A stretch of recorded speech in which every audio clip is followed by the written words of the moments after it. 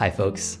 This is Jacob Grace, and you're listening to Perennial AF, the Savannah Institute's podcast and blog about perennial agroforestry.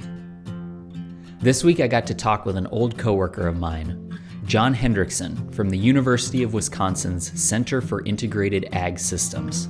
And because we both work in Madison, we were able to record our conversation in person. John is a former vegetable farmer and a professional spreadsheet wizard. He even wore a special hat for the interview that just says Spreadsheets across the front. John has developed a series of Excel-based tools to help farmers understand the financial viability of their various enterprises, including the Fruit and Nut Compass, which was developed in partnership with the Savannah Institute. John helped me download and click through the Fruit and Nut Compass and talked through some of the key considerations for maintaining profitable farm enterprises.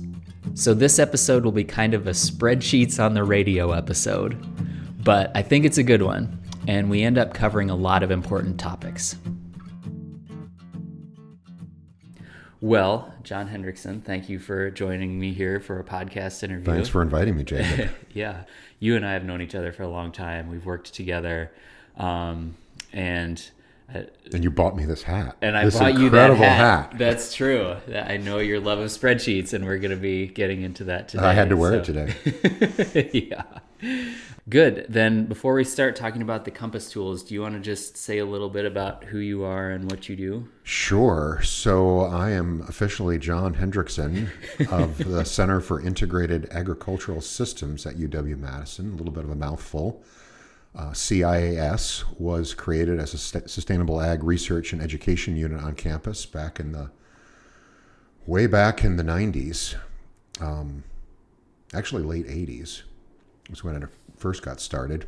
Did a lot of work with community-supported agriculture and local food systems, and then over time I kind of narrowed in on a focus of working with specialty crop producers on farm management, farm profitability topics, specifically mainly organic vegetable growers, but I've branched out from there, which has me interacting with people like you at the Savannah Institute. Great. And so one of your big projects, like you said, is these different Compass tools. And what are all the Compass tools now? Yeah, there's quite a stable of them now. It began with Veggie Compass, which is decision support tools, what we call them, and we call them Compass tools because we're hoping to point the way to profitability. Okay. And Veggie Compass was the first. It's a tool to help a diversified vegetable grower understand their profitability by crop and by market. And then we quickly, after releasing that, got requests from livestock producers to, hey, what about us? So we produced Livestock Compass next. And then it's been one after the other. We produced O-Grain Compass, which is a tool that models the transition from conventional to organic grain production. And then the Fruit and Nut Compass, which I partnered with the Savannah Institute to create, which models the first 15 years of a perennial crop fruit and nut operation. It's kind of a business planning tool. And we also have two tools that were created in partnership with the Grassland 2.0 project, which I know you've been involved with as well. Right. Grassland 2.0 is a spin on Grassland 1.0 was the native prairie that we had before we came and ruined it. And then Grassland 2.0 is hopefully what we're working back towards to get more perennial crops on the land. And so we've created two tools to help convince people that grazing livestock can be a profitable way to raise animals rather than feedlot style livestock production. Okay. And then we also have a hemp compass. There was a big interest in hemp.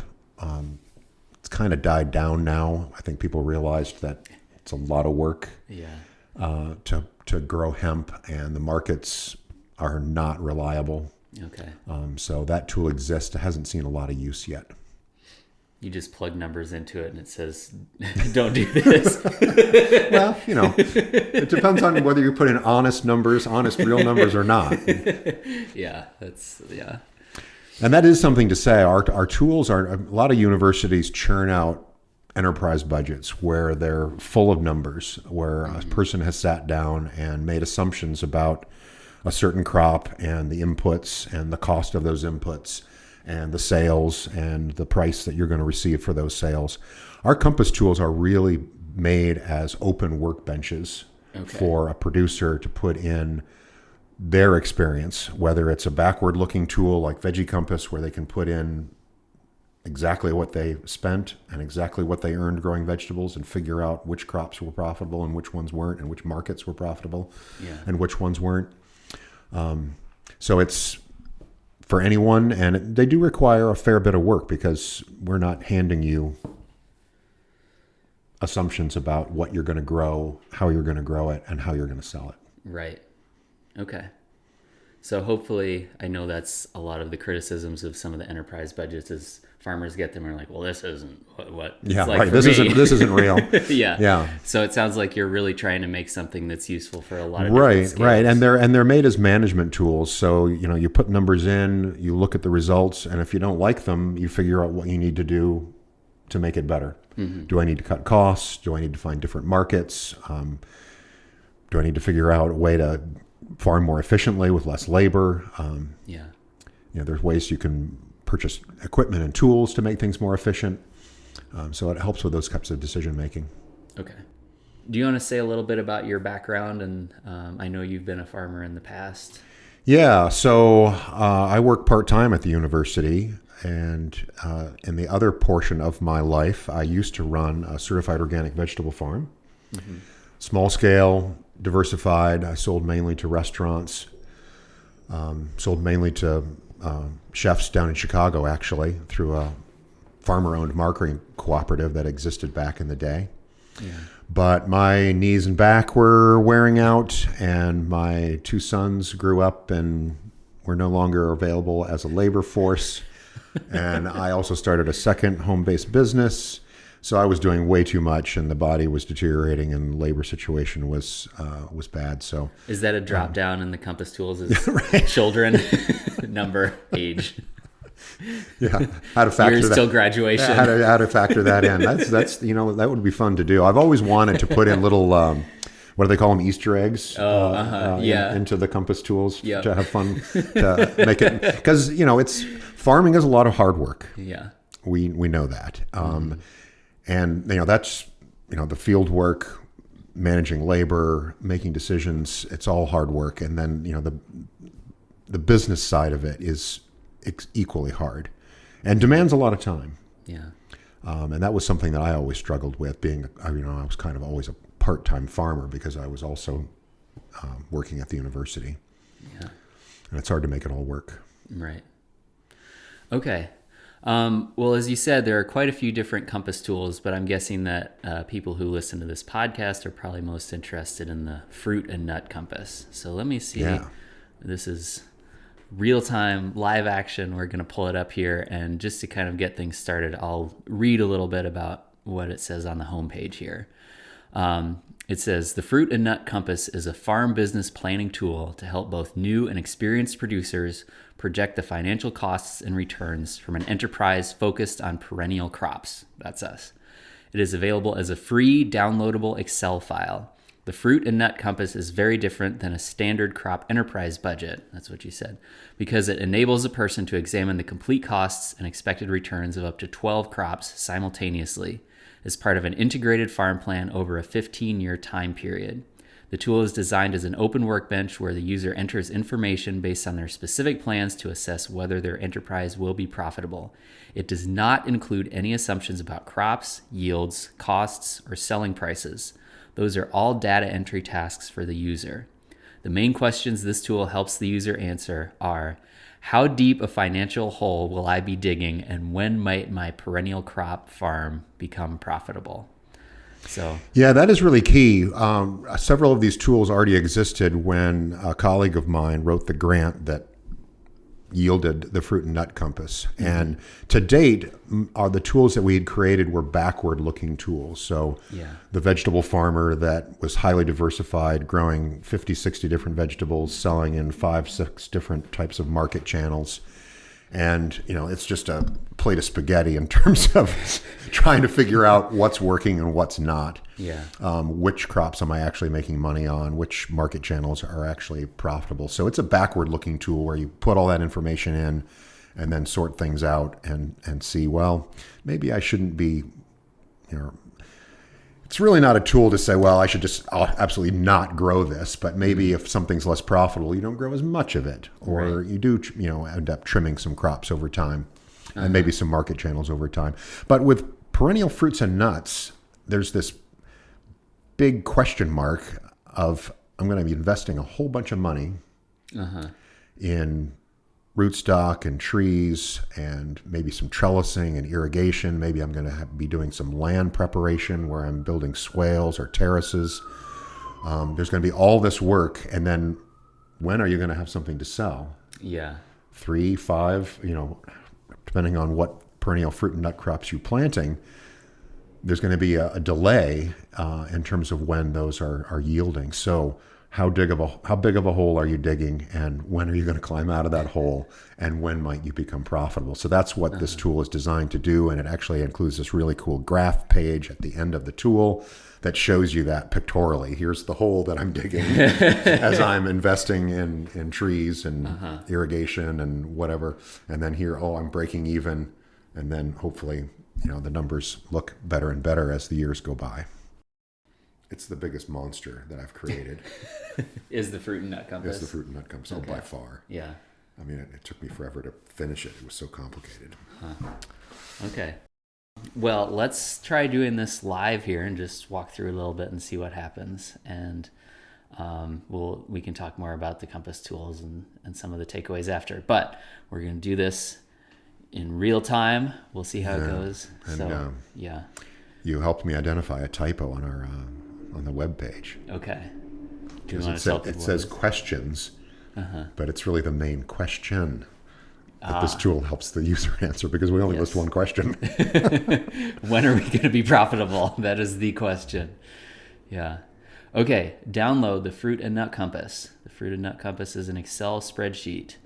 I'm going to click on download. Okay. So this takes you to a little survey, because we just need to know when it's being downloaded and who's downloading it.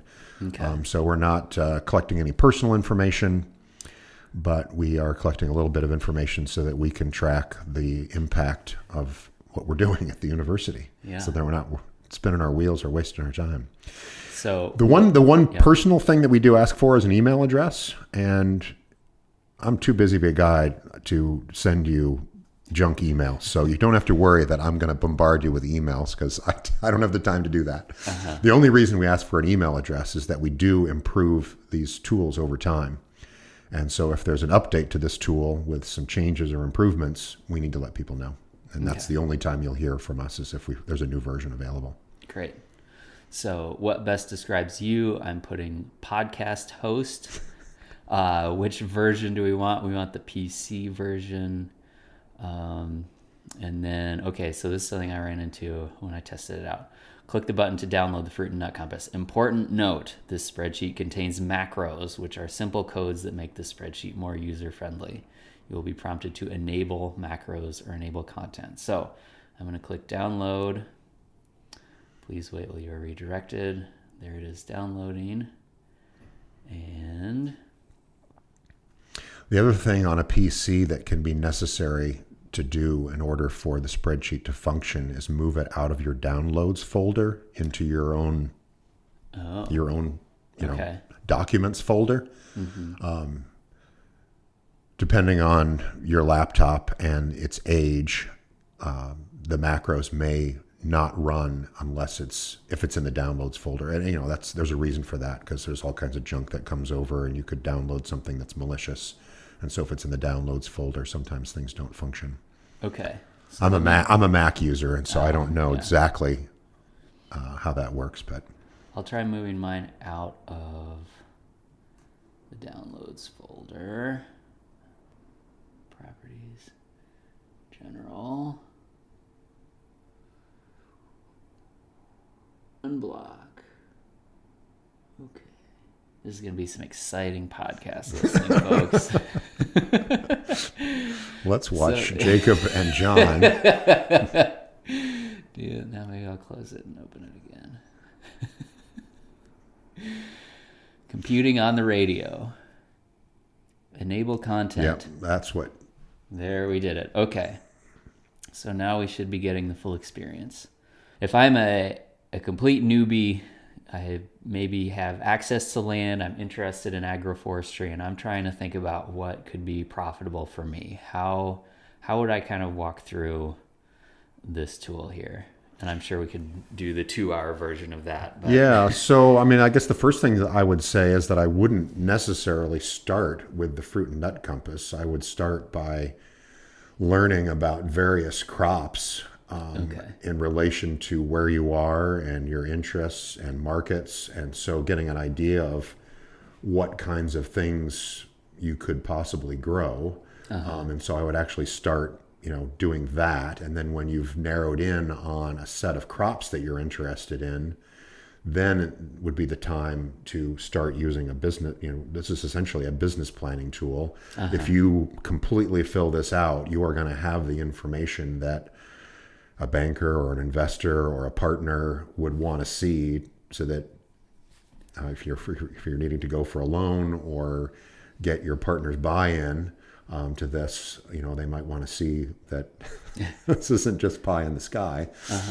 and that you've done some homework. So yeah, and then in terms of using the tool and filling it out, there's going to be a bunch of homework there, in terms of how are these trees normally planted at what densities, so you can figure out your spacing and what do these types of trees need.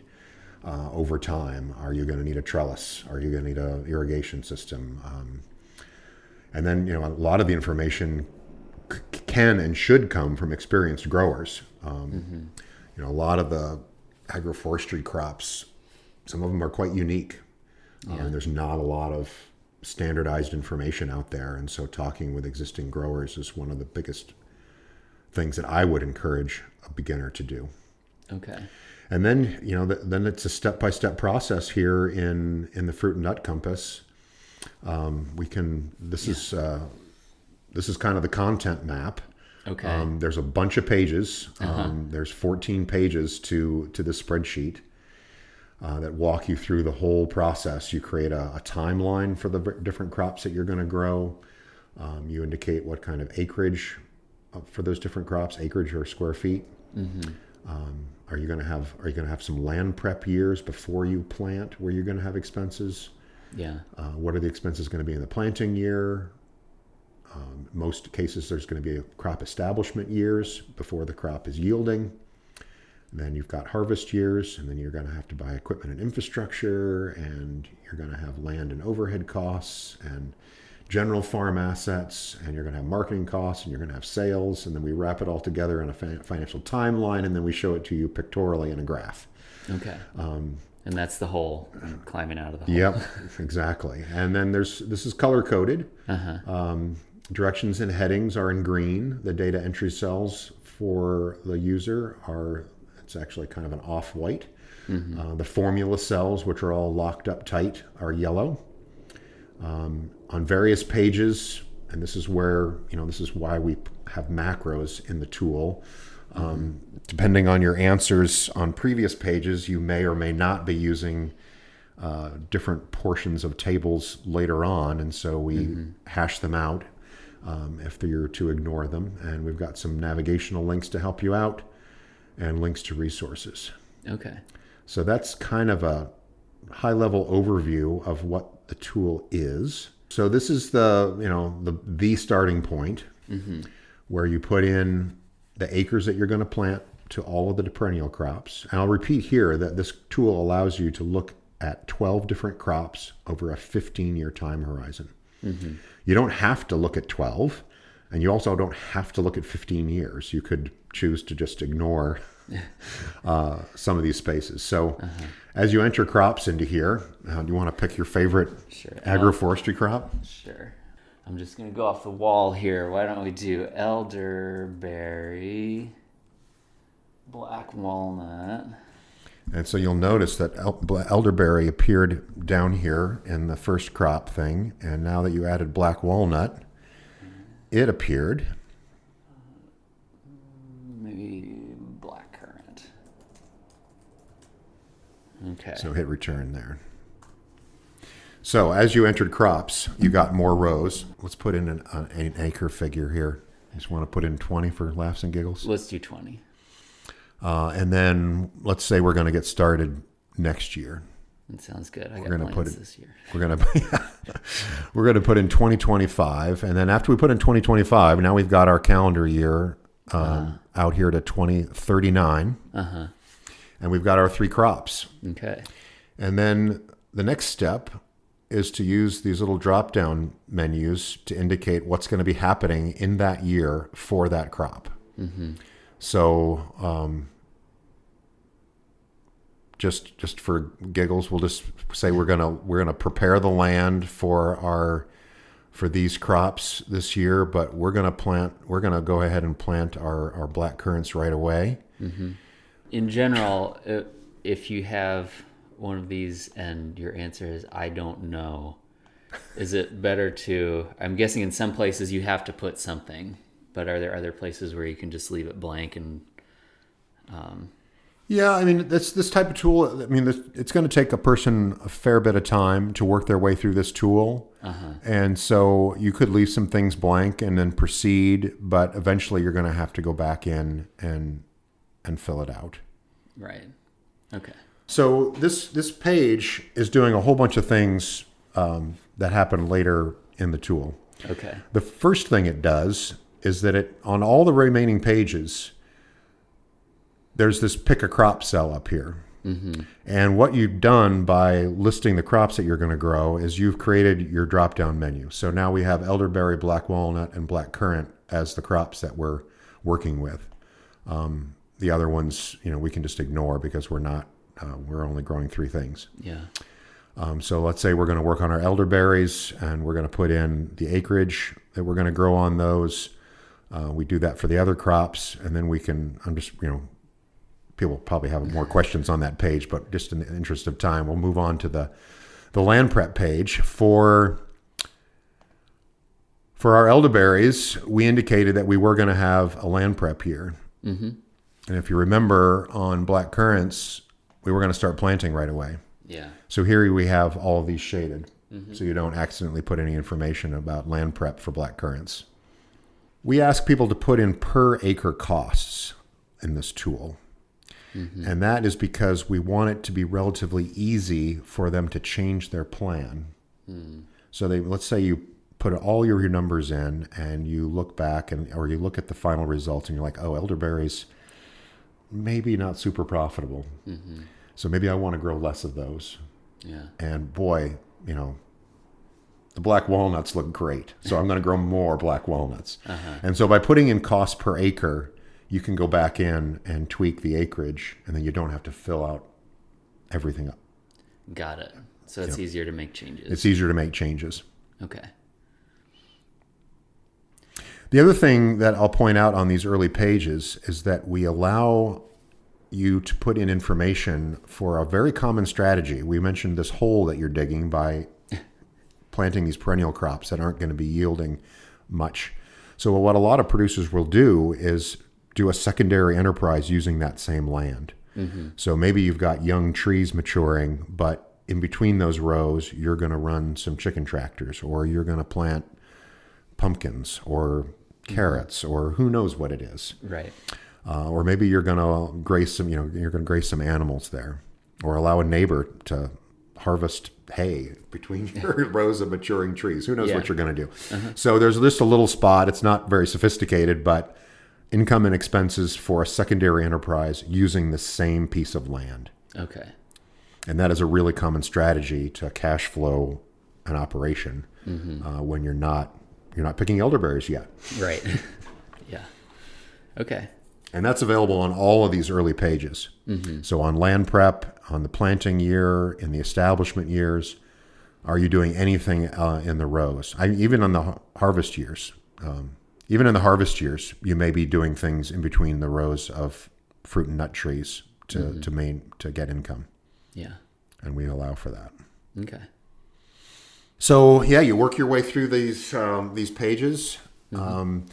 This is actually the harvest page where there's some really critical information you put in terms of the base yield per acre. So when this crop is fully mature, what is it likely to yield on an annual basis? And then coupled with that, we allow you to project, in the beginning, it's not going to be at 100% yielding. It's going to be 35, and then it's going to go to 55, and then it's going to go to 75, and then finally maybe we're at 100. And then the other thing you can do here is a very smart thing, which is to model a crop failure during your 15-year period. Because anyone that's been a farmer knows that those things happen. You might have hail, you might have a frost, any number of reasons where you could lose a crop, or maybe it's not 0%, but maybe it's dramatically reduced. And so we allow you to model that to see what a blip in income can mean for you financially in terms of cash flow. Okay. And we do have a tutorial video that we have produced. It is I just got some final edits done. And so that will be on our website very soon. Okay. One of the questions I had thinking about this or any of the Compass tools, and you kind of answered this, but what are some of the numbers or some of the documents that people should have with them when they sit down to work through it? And this is maybe more for someone who has had a few years of raising these crops already. Yeah, so this tool was built primarily with the new person in mind. I want to plant fruit and nut trees. Am I going to make any money? Yeah. When am I going to make any money? But you could use this tool if you were an experienced grower, and you could go back and put in actual numbers on, I know I spent this much on mulch. I know I spent this much on pest management products for my block of apple trees. I know I had spent, I paid my laborers this much to harvest all the apples. So you could put in actual figures. Yeah. So if you're an experienced grower going back, then you're just going to need all of your financial records in terms of expenses and income. If you're projecting, you've got a bunch of homework to do. And I mentioned talking to experienced growers. There's obviously other resources that you can turn to, like the Savannah Institute and other universities where they might be crop budgets available to get a rough idea about what things might cost. You can certainly do a whole heck of research online. What are the black walnut saplings going to cost me? Well, shop around and see what it costs to grow a tree or to purchase a tree. And then, if you're going to put a tube around that tree to protect it from the deer, what does 1,000 tree tubes cost? Yeah. So it's homework. It's really good homework to do, unless you're independently wealthy and can just start spending money. Is that another tab? Is the independently wealthy tab? Yeah, I mean, if you're independently wealthy, you can just start spending money and not worry about it. But it'll tell you how long you can go. If you're not independently wealthy, it behooves you to do some homework and to figure out what things cost. Figure out what your annual expenses are going to be during those harvest years. Do a bunch of research and in terms of market research on, if you're growing organic plums, what can you sell an organic plum for in your market? What can you sell it for at a farmer's market? What can you sell it to? What can you sell it to a chef for? You pick. I mean, there's all kinds of different marketing options, and you need to do your homework to figure out what that's going to look like.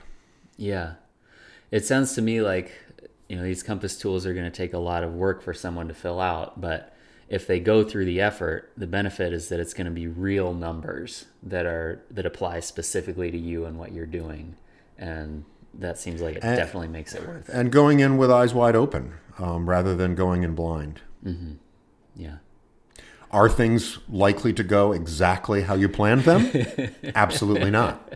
But better to go in having an idea of what things are going to cost and how much you might make growing black walnuts and black currants.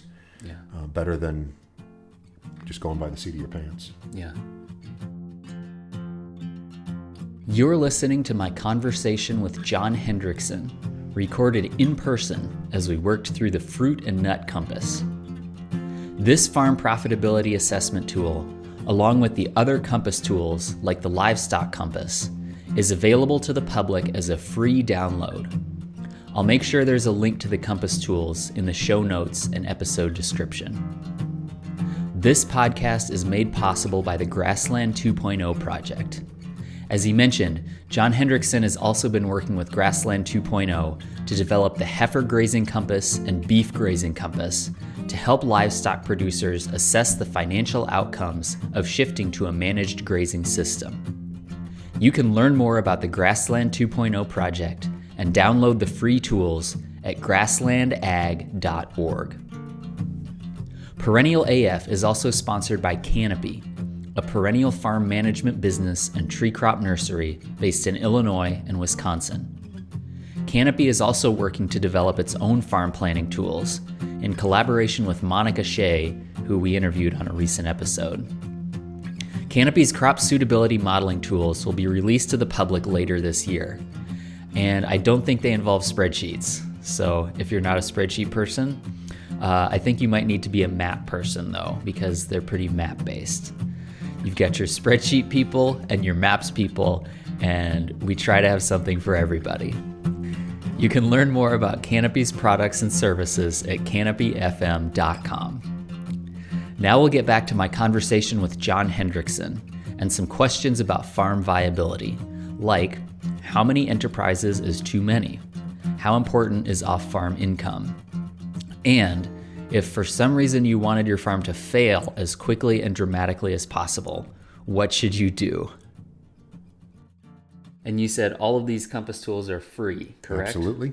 And you mentioned to me the Fruit and Nut Compass Library project. Do you want to say a little bit more about that? Yeah, so what we're doing there is we're interviewing experienced fruit and nut growers to get them to fill out the Fruit and Nut Compass for specific crops so that you can at least have a glimpse of what it can look like if you're doing cider apples or elderberries.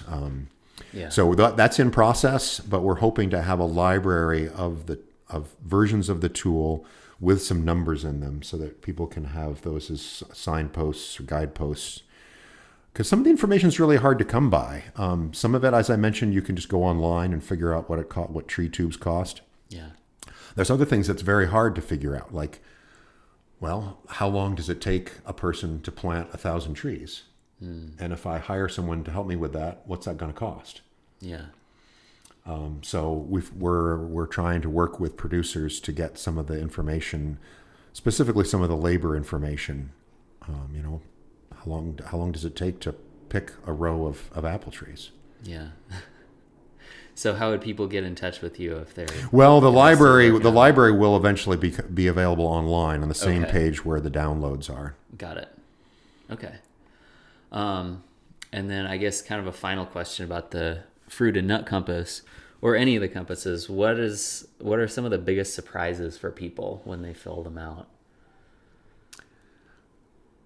Well, it can be a sobering exercise. Yeah. I think most people know that there's not big money in agriculture unless you're a large-scale, vertically integrated food business. Right. So it can be a little sobering, but it certainly can work. But it behooves you to do the planning to make sure that it's going to work out for you. In terms of some of our backward-looking tools, we've had farmers that were quite experienced that had, what they considered to be kind of their flagship crops that they thought were really the profitable crops. And some folks have been surprised by, when they put in the actual numbers that, oh gosh, maybe that crop isn't quite as profitable as I thought it was. Yeah. And then people can be surprised the other way as well with crops that they thought were maybe duds, but maybe there's an opportunity there. Yeah. Okay. So what we've been talking about here is the Fruit and Nut Compass, which is one of a number of compass tools.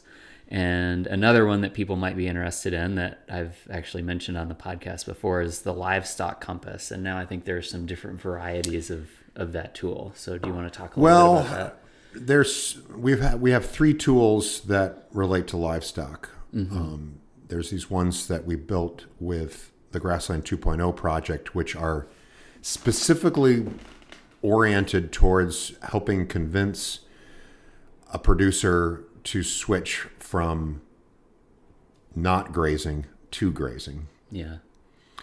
Those are kind of to the side. Our main livestock tool is Livestock Compass, which was built right after Veggie Compass and is a backward-looking tool in that it is for existing producers to examine their livestock operation, their livestock enterprises, and hone in on, am I making money raising lamb? Am I making money raising pasture-raised pork?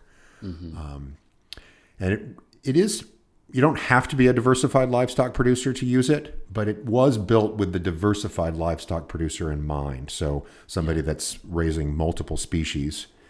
And again, just like the diversified vegetable grower, it can be really difficult to figure out what's profitable and what's not when you're doing multiple things. When you're diversified, it just gets messy. Yeah.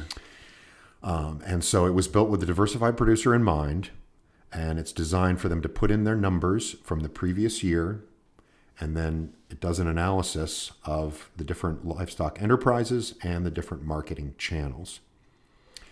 And there's a brand new version of it out that I'm super excited about because we built in a really cool farm setup page, which allows you to pick what types of livestock you're raising. Then it asks you whether you're grazing those animals and are you grazing any of those animals together. And so it leads you through a set of questions about what you're doing on your farm. Are you raising any of your own feed? Are you raising hay? Are you raising any grains for your livestock to supplement the pasture? And then it asks what market channels you're selling in. And then based on your answers, due to Excel wizardry, which I absolutely love and geek out on. Yeah. Everybody's a nerd about something. I'm a nerd about spreadsheets. True confession. I built myself a version of Wordle. Do you play Wordle, the New York Times game? Yeah. I built an Excel version of Wordle. Okay, tell me more. I don't know if I want to go there, Jacob. I work on spreadsheets for work, and then in the evening I work on spreadsheets for my. Is this amusement. About like optimizing which letters? No, it's just literally the game. Oh, okay. So you can just play it. Yeah, I mean, no one's. I haven't really done anything with it. In order to function, because it's an Excel spreadsheet and not on Google Sheets. I would have to send people a file every day that they wanted to play with a different word programmed in. And I've got a great set of 5-letter words up my sleeve. If you want a challenge, I'm willing to send you my Excel version of Wordle with some really difficult 5-letter words in it. Do you know that there's a 5-letter word that only has 2 letters in it? No. Now I'm going to be trying to think of what it is. It's pretty obscure. But the word for multiple S's is S's. E-S-S-E-S. Ooh. I've actually, over the last couple of weeks, I've gotten really into Wordle. So this is, I've been addicted. I've been thinking about this a lot. I've been addicted for about a year and a half. What's your first word that you put in? I've been using the word orate, O-R-A-T-E. Okay. Yeah, that's a good one. Which gets 3 vowels in and 2 of the more common consonants. Yeah. That's been what I've been thinking about a lot lately, because then you can solve the Wordle, but then you can think endlessly about what words to lead with. Yeah. So, yeah. Anyway, as I was talking about Livestock Compass. So, based on your answers to this farm setup page, it turns off and on various cells, rows, columns, even whole pages. So, if you're not raising beef, it's not going to show you the beef pages. It's going to make those disappear. And on the sales page, you're not going to see a chart to put in sales of beef because you're not raising beef. Yeah. So we try to make these tools super user friendly, which is why they have the macros, which does unfortunately bring up these issues with people downloading it, and some of the safety features that they're building into computers these days require some little bit of gymnastics to make the tools work. We just got a grant to make web-based versions of these tools. So in 2 to 3 years from now, we will have web-based versions of these tools for you to use. Okay. It will not require an Excel. You have to have Excel on your computer or to download them. Great. Okay. But livestock compasses, again, if you're raising any type of livestock, there's eggs, chickens, turkeys, ducks, goats, lamb, beef, bison, all of those are compatible. If you're doing ostrich and weird things like that, talk to me. Yeah, you can just take chickens and adjust for size. Yeah, we're guessing we're going to get rabbit production is getting more popular, and I'm guessing that's going to be the first complaint that we get with this new version of Livestock Compass, is that it doesn't allow you to do rabbits. Yeah. Okay. Apologies to any vegetarians and vegans out in the audience. Right. And apologies to the rabbit raising community for not being included. We'll get to you. Okay. Well, thanks for talking about Livestock Compass. And I know a couple of other things you had mentioned that we could talk about here were, one was tracking labor on a farm. So do you want to talk about how that's incorporated into the Compass tools? Yeah. So I know that's always a sticky one, especially tracking your own labor. Yeah, most farmers don't track their time. We encourage people to track their time and to take, there's a spot in these tools to put in your own labor and a value for that labor. And if you build yourself in, you can make sure that your business is profitable enough to not just pay its bills, but actually pay you for this time, skill, knowledge, investment that you're doing as a farm business owner.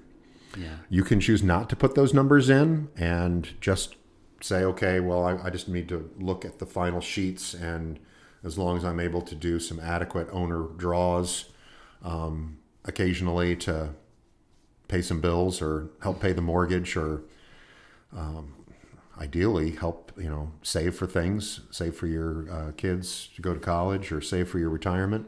Mm-hmm. So we encourage you to build your time in. And if you're using any of these backward-looking tools, you are going to have to track labor on your farm. Yeah.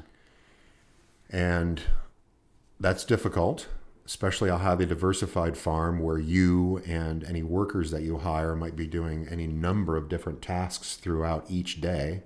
Right. And those tasks might be done across different enterprises. Back to my vegetable growing days, we'd work on, 20 different crops in a given day, whether we're harvesting, weeding, planting, or, doing something. And that can be really hard to do, but there are ways to make it easier to track labor. And I don't know if you want me to spout off on that topic. Yeah. I think one of the key things is to make someone responsible for keeping that information. And if it's part of someone's job description to write down at the end of each day what was done and who did it and how much time it took, that can make sure that it gets done. Mm-hmm. When I hired the first employee that I ever, non-family member employee that I ever had on my farm, I just made it part of the requirement that she was required to not just tell me that she worked 7.5 hours that day, but she was required to tell me that she worked 2 hours on carrots and 1 hour on beets, or and so on. Yeah. What she did to make that possible was she used the voice recorder on her phone. And so I would give her an assignment, and she would repeat it and say, it's 8 o'clock, I'm going out to harvest carrots. And then when she was done harvesting carrots, she would say, it's 9:30, I'm done harvesting carrots, and now I'm off to weed beets. And so then she would just listen to the recording at the end of the day and fill out her time card. Okay. There are lots of other different ways to automate it. Our phones are amazing devices. And one of the main things that we do is take pictures with our phones these days. And those pictures have date stamps automatically. Yeah. So you start a task, you can take a picture. You finish the task, you can take another picture. And then you've got timestamps, and you've also got photos to post to, your Facebook page and Instagram to get your chef customers excited about the cherry tomatoes that you just picked. Yeah. So it can be multifunctional. Okay. And there's all kinds of time tracking apps that you can use on your phone. Yeah. There are ways to make Google Forms, which is what I did because I'm a spreadsheet nerd. On my farms, we had a Google form that we would fill out at the end of the day in terms of what crops were worked on for how much time. Mm-hmm. Okay.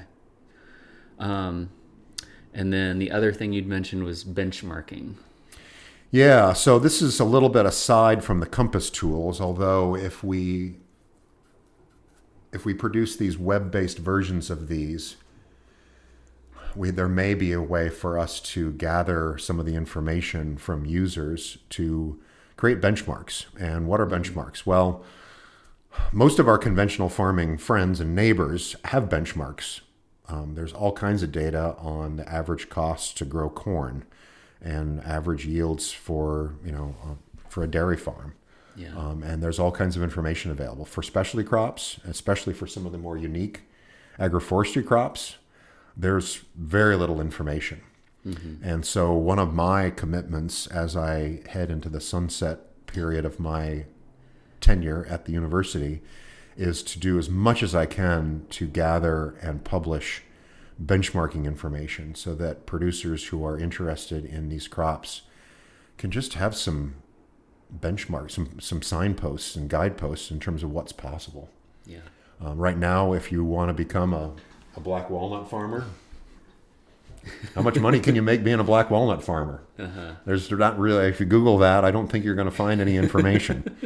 But hopefully someday there will be some information about yields and profits from black walnuts. Yeah. That is making me think of a couple questions.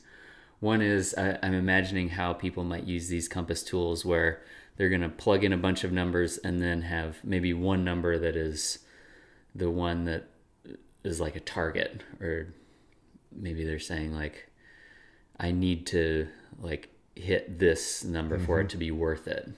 I assume there's a way to kind of that's another use of benchmarking. There's benchmarking writ large in terms of an industry, say organic apple growers, kind of having some numbers available to them to see what the range of possibilities are for organic apple growers in terms of size of farms, income from growing organic apples. And then there's benchmarking within your own farm. Yeah. Where maybe you're setting targets for yield or for labor efficiency. For us to be profitable, our workers need to be able to harvest this many bushels of apples an hour. Mm-hmm. So that's another use of benchmarking. Okay. The other question that came to me is thinking about if there are other tools like the compass tools out there. So you've mentioned enterprise budgets. Are there other similar things out there that people might use? One that I think might have been in a recent episode was some tools for forest farming and helping people figure out some benchmarks for harvesting forest crops. Yeah, there's I don't know if I'm going to remember the name of it, but I can't remember who.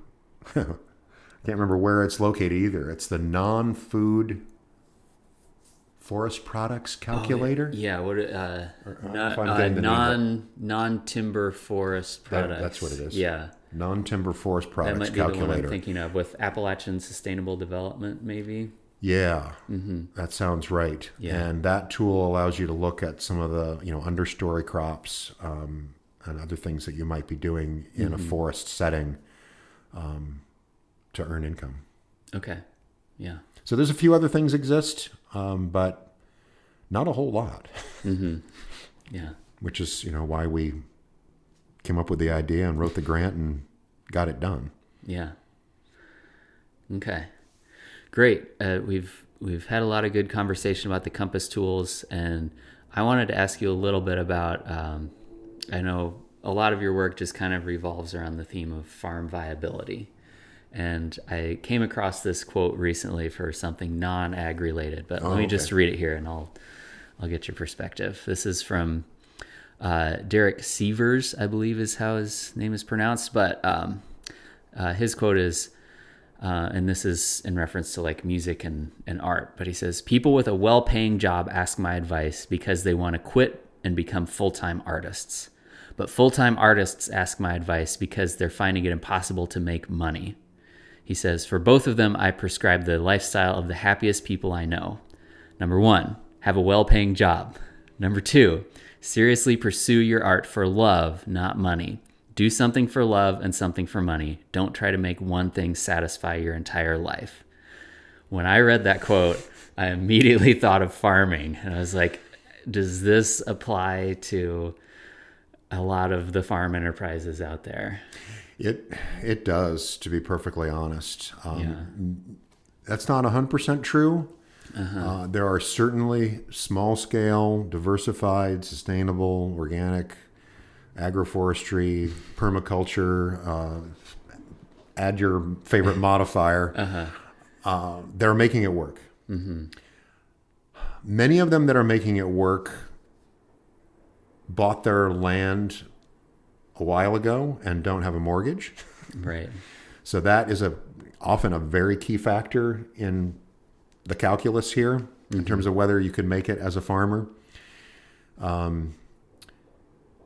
Having that off-farm job, I mean, the reality in our country is that almost all farms in our country have off-farm income. That's true. Even the biggest grain producers in our country have off-farm job, and the biggest reason for that is because of our healthcare system. And so, many farms rely on one or more of the owners having an off-farm job to secure a decent healthcare insurance program. Yeah. The smaller the farm goes, the more likely it is that farm is relying more heavily on some off-farm income. That was certainly the case for my farm. I really quickly realized that, I started my farm with this idealistic notion that I was going to be able to replace the majority of my university part-time job, and I was going to be able to do it just by myself. But I pretty quickly realized there was no way I was going to grow and harvest and sell enough vegetables with just these two hands. And I was going to have to become an employer. Yeah. And I didn't want to be an employer. I didn't enjoy being an employer. I tried it for a while. And there's another reason why I quit farming, perhaps. Although the body breakdown issues and general quality of life issues had a bigger impact on that. Yeah. But it's very true. There's not a lot of money in agriculture. Again, I think I mentioned at the beginning of the podcast, unless you're a vertically integrated agri-food business. It can work, though. There are plenty of people that are making it work. I have good friends that have been farming for decades and sending their kids to college and making it work. So it is possible. Okay. It's not easy, though. Yeah. Yeah, I think that's important for us to talk about, too. I like to ask people on the podcast some agroforestry would you rathers. So okay, I love it. There's no wrong answer to these, but you can give your opinion. And the first one is, would you rather raise goats, pigs, or turkeys? Have you ever raised any of those in the past? I have not, nor have I worked on a farm that raised those. I'm going to go pigs. Okay. I had a neighbor that had goats, and when they went on vacation, I was responsible for caring for them, and I didn't really enjoy that experience. I've since talked with some goat farming friends that indicate that I had a bad experience that is not necessarily, I shouldn't blame goats, all goats, for the behavior of these goats. Yeah. Yeah, I've actually thought about raising some pigs. Okay. Yeah. It could pair well with vegetable farming, it sounds like. Yep. Yeah. Okay, we'll go with pigs. Would you rather raise only nut crops, like chestnuts or hazelnuts, or only berry crops? I consume a lot of berries because I'm a smoothie person. I make smoothies every day, well, almost every day. Yeah. But I think I'm going to go nuts because I want my farm to be a forest rather than rows of berries. Mm-hmm. I'm a tree person. I'm a tree hugger. Yeah. So I'm going tree. I'm going big trees producing nuts. Nice. He's going nuts. More ways than one. Okay. This one is not necessarily as ag related, but would you rather live in a tree house or in an underground house? Well, my son and I have a very involved tree house project going on. That if we ever complete it, will be pretty spectacular. So I've got to go tree house. Okay. Again, I'm a tree person. Yeah. Tell me more about this. Oh, this we're building a sizable tree house Yeah. in between 3 large pine trees. Okay. That just in a perfect triangle, close together, Yeah. and it's pretty high up in the air. Wow. Okay. That sounds like fun. Yeah, it's awesome, and it's fun to work with him on it. Yeah. Okay, then our last one here, and this is actually more getting back to the earlier conversation, thinking about farm viability. How many separate farm enterprises is too many? So you've built these compass tools to help people include a lot of different enterprises. The fruit and nut compass, you can have 12 different crops. In your experience, how many is too many? Boy, I don't think it's fair to put a number on that because I think there's a big difference between different types of enterprises. And it also kind of depends on how you're defining enterprise. Yeah. I like to use the definition that an enterprise is the combination of a product and a market. So I'm raising grass-fed pork and I'm selling to restaurants. That's an enterprise. If I'm also raising grass-fed pork and selling at a farmer's market, technically it's kind of a different enterprise because the pricing is going to be different. My cost of sales is going to be different. So there's enough things are different that's could be considered a different enterprise. That's interesting. So you're not doing it by crop. You're thinking about kind of the connecting the dots. Right. Okay. Well, because if you're raising pork, that's not an enterprise. It's not an enterprise until you sell it. Right. And if you set up a booth at the farmer's market, unless you have something on your table, it's also not an enterprise. Right. So you have to have something and you have to have a place to sell it. That's an enterprise in my mind. I'll just say that diversification, this is one of my favorite quotes from one of my favorite farmer friends, diversification can become ditsification. And I think we can get so hung up on being diversified that we really run the risk of just going crazy.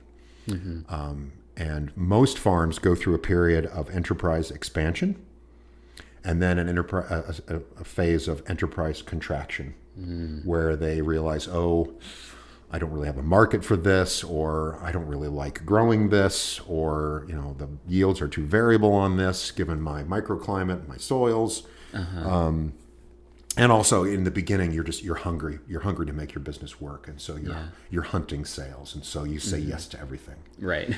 Oh yeah, the chefs want me to grow this. I'll grow this. Yeah. There's an opportunity at a local farmer's market. I'll start selling at the local farmer's market. So you add, and then you need to contract to make your life sane and improve your quality of life. And so I can't. I don't feel it's right to put a number to it. Yeah. I think it's more than one. Yeah. And ideally, probably less than 10. Okay. But probably considerably less than that. Especially, I said a crop and a market. So if you're a diversified vegetable grower, I'm not suggesting that you have 50 different enterprises if you're growing 50 different vegetables and putting them all in a CSA box or taking them all to the farmer's market. That's all one enterprise. Yeah. But if you're a diversified vegetable grower and you're doing CSA and farmers markets and restaurants, that's 3. Okay. Yeah. I definitely can imagine. I mean, I've seen farms do the expansion and contraction too. And that seems like a more helpful way to think about it, is like, you don't quite know what's out there and what's going to work. And then as you learn more and the Compass tools seem like they can speed this up and make it more successful, you can focus on what are the handful of ones that are really profitable and that you enjoy. Yeah, and I would say most, diversified vegetable production is what I know best because it's what I did, and it's the community of people that I've worked with most closely over my career. And most people, they'll go up to 6, 7 enterprises, and then they'll go back to 3 or 4. We're going to just focus mainly on farmers markets. So and that's another thing in terms of the diversification that matters, is if 80% of your income is diversified vegetables and CSA, and then your other enterprise is maybe growing bedding plants that you sell to people to put in their flower gardens, and that's 20%. That's very different than somebody that's 20% this, 20% this, 20% this, 20% this. Yeah. If you've got I encourage most farms to have a focus. Okay. Something that's 60, 70, 80% of what they do.